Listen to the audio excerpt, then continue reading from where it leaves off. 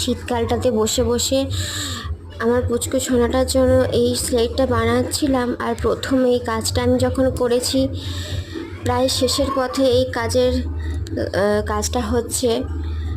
সাইডে আমার রিবন লাগানো কমপ্লিট হয়ে গেছে, আঁকা হয়ে গেছে, শুধু একটু ফিতেটা দিয়ে আটকাচ্ছি। খুব সুন্দর গোল্ডেন একটা রেডের মধ্যে ফিতেটা। আমার নিজেরই এত আনন্দ হচ্ছিল বলে বোঝাতে পারবো না।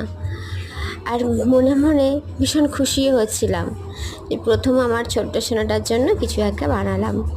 আর সে কীরকমভাবে হাতে খড়ি দেবে, তাকে কীরকমভাবে পাঞ্জাবি পরাবো, কীরকম দেখতে লাগবে, সবটাই যেন একটা নিজের কাছে কৌতূহল ছিল।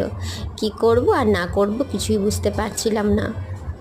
ঠান্ডা পড়ছিল এত, আর ঠান্ডার মধ্যে বসে বসে এই কাজ করছিলাম, হাতটাই যেন চলছিল না।